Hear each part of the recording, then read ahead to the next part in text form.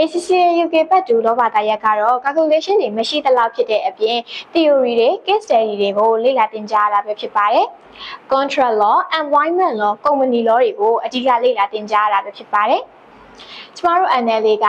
2024ခုနှစ်ကနေ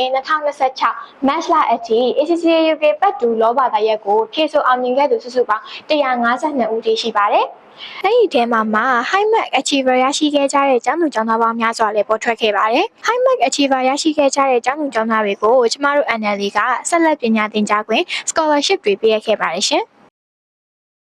လောဘသားရက်မှာအခုလိုဖြည့်ဆို့အောင်မြင်သူများရခြင်းကတော့ဆရာဆရာမတွေရဲ့စနစ်တကျသင်ကြားပေးမှု NLA ရဲ့ဝန်ဆောင်မှုတွေအပြင်ကျောင်းသူကျောင်းသားတွေရဲ့စူးစမ်းအထောက်အမှုကြောင့်ပဲဖြစ်ပါတယ်။ဒါကြောင့်မလို့လောဘသားရက်ကိုအချိန်တိုအတွင်းပြီးမြောက်အောင်မြင်ခြင်းနဲ့ဆိုရင်တော့ကျမတို့ရဲ့ NLA မှာ ACCA UK ဘတ်တူတန်းခွက်တွေကိုအခုပဲလာရောက်အနံ့နိုင်ကြပါပြီရှင်။